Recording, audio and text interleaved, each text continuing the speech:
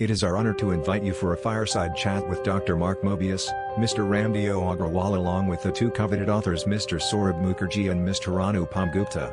The chat was moderated by Mr. Ashish Shankar, Deputy Managing Director at Motilal Oswal Wealth Management. So grab a seat and hot coffee for this interesting chat. The chat started with the premises of the book by both the authors, followed by interesting examples, case studies and question and answer round by the two legends.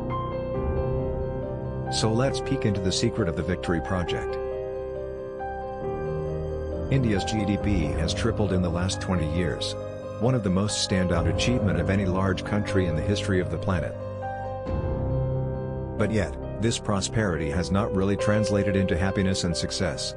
As NPA and banks are up 4 times in the last 10 years, marriages in metro cities go through a rough patch. There is mental stress, despite more money. So, why does this happen? Famous psychologist and cognitive scientists Nick Schotter, Stephen Sloman and Philip Fernbach blames it on human wiring and 3 basic illusions all humans have. First illusion, we believe we know everything about everything, but the reality is we don't. Second illusion, we believe we can do a lot of things at same point of time, but the reality is we cannot. Third illusion, that is visual illusion. Look at this video.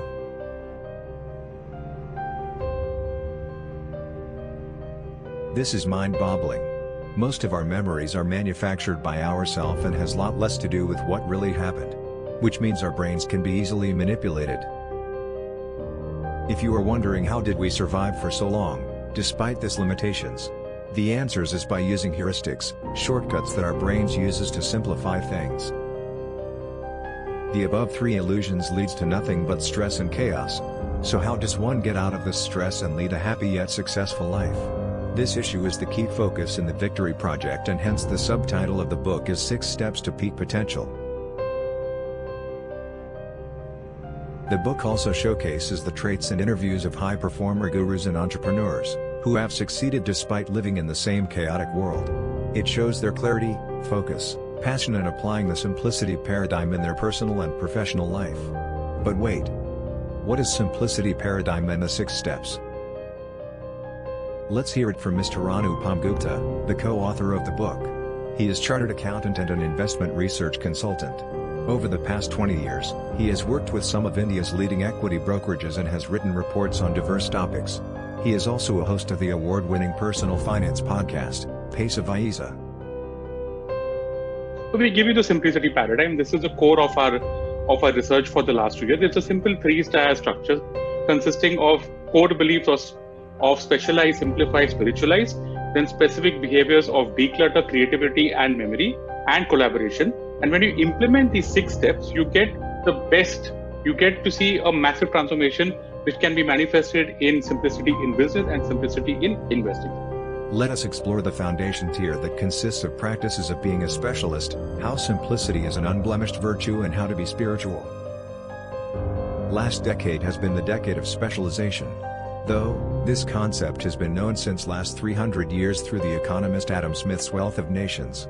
In the debate of generalist versus specialist, authors believe one must be adapted to both. As being generalist you can deal with challenges through your core competencies. So, what should one specialize in and how? Let's learn from the genius, Mr. Raamdeo Agrawal. From an early age, he wanted to be rich through his passion, that is, investing. He found Mr. Sanjay Bhattacharya as his mentor and honed his skills. Eventually took large bets on highly successful companies. The rest is history. When the passion becomes profession, I think you are the blessed guy. Then you never work in life. You never work in life. Whether it is 7 days a week or 24/7, you never work. Whether it is a good time, whether it is bad time. Markets are up 1,000 points or down 1,000 points. You'll always find me smiling or well composed. So it just doesn't affect me, and I remain very calm. I enjoy challenges of non-performance as well as performance. Of course, we celebrate performance, but when there is non-performance, that also becomes a challenge. Okay, how do we turn around? How do we read into it? But we never give up. So that's the beauty of focus, passion, and your profession. Have you ever had burger from McDonald's? How was the experience? Profound and tasty, isn't it? But delivering this simple looks very easy, however creating it is a long and complex process. So let's look at the second level of the paradigm. Simplicity. Simplicity talks about two ideas, simplicity through processes and principles. The first one is creating a routine for a leading successful life. Example, your routine in lockdown is a process. The second one is an advanced version that Marcellus team focuses on, that is looking for companies giving 10% sales growth and 15% returns. Essentially, no one can predict how the markets will open the next day, however with rationale and control over mind one can deal with greed and fear much better. Hence the third level of foundation tier is spirituality. How to do that? You need to find tools and techniques that exalt your consciousness, and this can happen once you discover what makes you and your talents unique through spirituality. Now, even if you meditate but can't manage your task at hand, you go back to stress due to cognitive overload. So you have to make a conscious attempt to focus on what is really important. But then question is, how do we know what is important? That's the next level. We talk about decluttering your mind, being creative and collaborating. When the authors met Professor Sanjay Bakshi, the managing partner at Value Quest Capital, to interview him for the book, the meeting lasted over 2 hours. Throughout the meeting, his phone did not beep or light up or ring even once. And hence he is a big believer in the idea of intense focus and cutting off all distractions to spend quality time on a single idea. Clutter reduction is a massive driver of creativity. But, in the highly competitive world, how does one become original thinker? Psychologists like Adam Grant, Doris Wallace and Howard Google confirmed through their research that the recipe of creativity contains 5 different elements, and there's a live proof too. Charlie Munger once said that he has never met a smart person who does not read widely, and thousands of other well-established legends have vouched for reading as a habit. Hence the first element of creativity is being a voracious reader. There's a famous quote in the movie Titanic, where Jack Dawson says, "I love waking up in the morning, not knowing what's going to happen, or whom I am going to meet." That's the second element of creativity, traveling. As it opens up all the possibilities. Memory is one of the most powerful weapons, and people who have learned to focus their attention on specific essentials, indeed have strong memory. So, memory enhancement techniques are the third driver of creativity. The fourth driver is working hard. As working hard gives ideas and ideas leads to execution.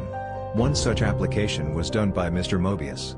Let's hear it from the man himself on how did he introduce creativity. Firstly, allow to introduce Dr. Mobius. Prior to launching Mobius Capital Partners, he held the position of Executive Chairman of Templeton Emerging Markets Group. He has spent 40 years in emerging markets all over the world. Author of best-selling books and has been honored with many prestigious awards. I believe very strongly that we've got to move more and more to develop creativity. For that reason, I established a scholarship at my high school, which is in Long Island, New York, for 2 scholarships. One for arts, whether it be music, composition, drawing, painting, arts in general.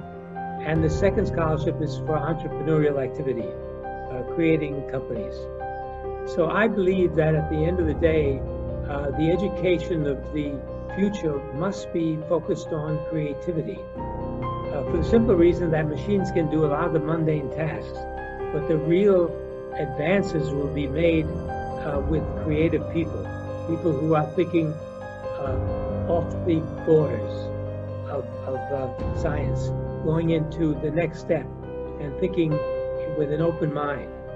So I believe that creativity, as has been pointed out by you in the book, creativity is a very key part of the future of mankind generally. The second last bit of driver of creativity.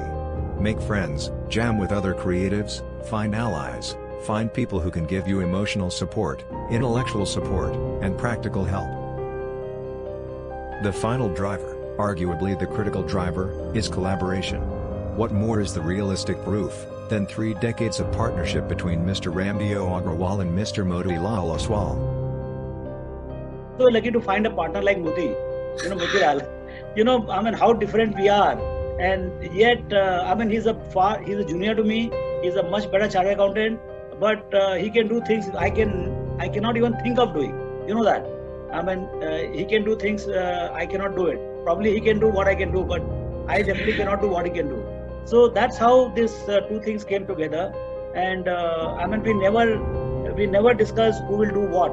It was just a natural distribution of work portfolio. Even today it is like that. So, let's put all this together into investment implications and understand what does this mean for all of us as we make a living in the stock market by Mr. Saurabh Mukherjea. Mr. Mukherjea is the founder and chief investment officer of Marcellus Investment Managers. He is the former CEO of Ambit Capital and played a key role in Ambit's rise as a broker and a wealth manager. He was educated at the London School of Economics, where he earned a BSc in Economics and MSc in Economics. Over the past decade, we've tried to understand the drivers of greatness. We began with corporate greatness in The Unusual Billionaires. We profiled a unique set of companies that have delivered outstanding financial performance year after year. We translated these guardrails and we translated them into a simple portfolio construct in my 2018 book, Coffee Can Investing, where we showed that a very simply constructed portfolio can unlock significant financial gains for millions of people. And now we finished this trilogy with an overarching philosophy to live great lives. In spite of everything that's happened in the last 6 months, we believe that in this great nation, one can live a fulfilling life by following the simplicity paradigm. Moving on to the last section of the chat, question and answer round. On being asked about, how does Dr. Mobius sees India through the global lens and current crisis? Dr. Mobius always sees an opportunity in crisis, and hence the outlook towards has been super optimistic. Indian culture is varied, which is reflected in the number of religions, in behavior of the people in India and abroad. Furthermore, India is the largest allocation in the funds due to investments and a rise in the market. With $500 billion of forex reserves for the first time, India is the third largest country with that kind of reserves. History-defining moment for us, as we have oil price crashing and trade surplus, and every week $3 to $4 billion reserves are accruing. The market has gone up 100 times from 350 to 35,000 today. On being asked to Mr. Mobius and Mr. Agarwal, according to them, which sectors looks promising in India? Mark said, the whole area of medical, whether it is pharma or testing, it will expand. Since last 8 years India has been largest producers of vaccines in the world. The second area is infrastructure, since not only the government but also people are realizing the importance of infra. And lastly, anything related to supplies. Mr. Agarwal said, the concept of value migration in any sector will disrupt the industry.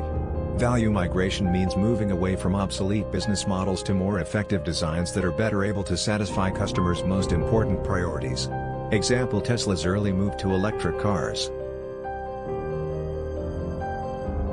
He also mentioned that second opportunity will be financials.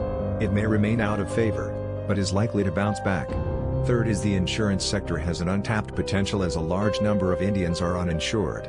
Basically, any company adopting seamless digitalization is a winner. On being asked about the outlook on US markets, Dr. Mobius replied, over 50% of the earnings are in emerging markets, so because of the size and liquidity, US market is a wonderful place to invest. Presidential campaign will affect markets, but individual companies will do well. It's good idea to invest in companies that have exposure internationally than just a country. So it's matter of picking and choosing. Thank you for watching this video and hope you had an insightful 15 minutes. We also thank our speakers for the quality chat. We will continue to host such sessions in the future.